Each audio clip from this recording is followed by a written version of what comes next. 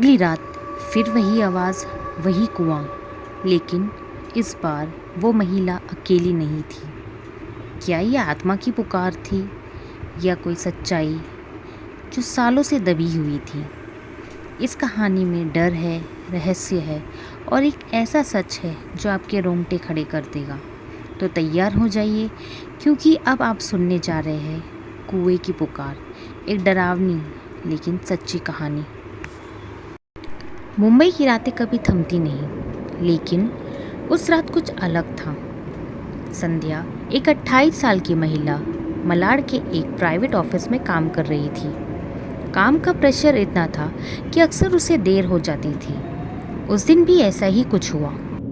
रात के करीब 1:45 बजे जब वो ऑफिस से निकली तो बस स्टॉप पर भागती हुई पहुंची, लेकिन बस जा चुकी थी। अगली बस आने में देर थी। सड़कें सुनसान थी, स्टॉप पर कोई नहीं था। वो अकेली खड़ी थी, मोबाइल की बैटरी ख़त्म हो चुकी थी।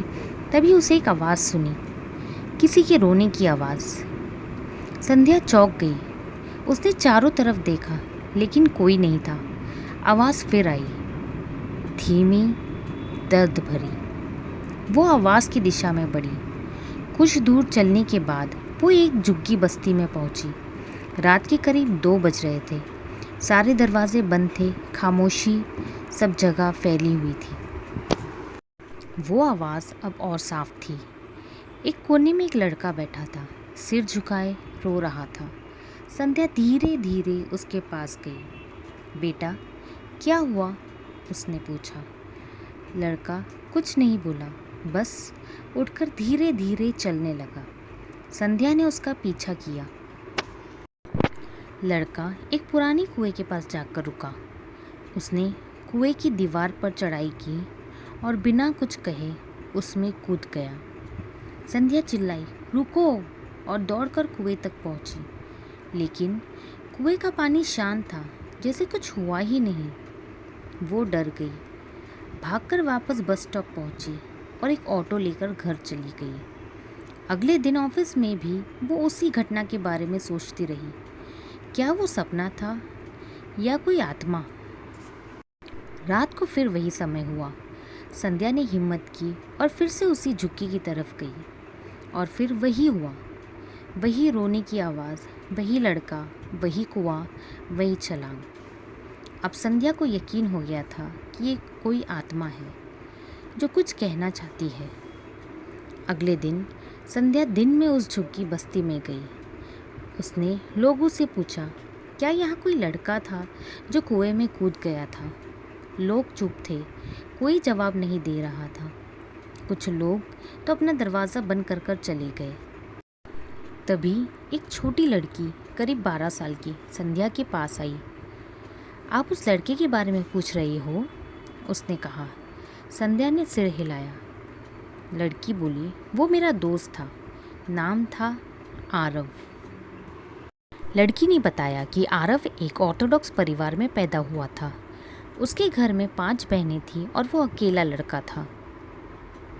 लेकिन आरव को लड़कियों की तरह रहना पसंद था। उसे फ्रॉक पहनना अच्छा लगता था, गुड़ियों के साथ खेलना अच्छा लगता था।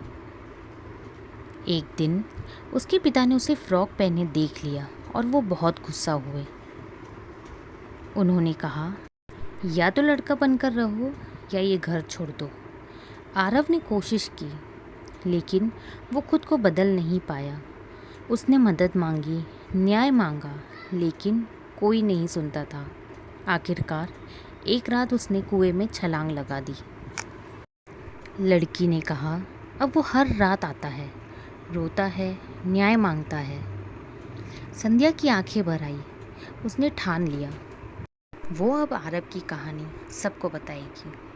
उसने सोशल मीडिया पर एक वीडियो बनाया जिसमें उसने आरव की कहानी बताई। उसने LGBTQ समुदाय के लिए समर्थन मांगा और कहा कि हर किसी को अपनी पहचान जीने का हक है। धीरे धीरे लोग जुड़ने लगे। आरव की कहानी वायरल हो गई। एक दिन संध्या फिर उस कुएं के पास गई और कहा, आरव, तुम्हें न्याय मिलेगा, तुम्हारी कहानी अब सबको पता है। उस रात रोने की आवाज़ नहीं आई, कहते हैं आत्मा तब तक भटकती है जब तक उसे शांति ना मिले, और आरव को अब तो शांति मिल चुकी थी।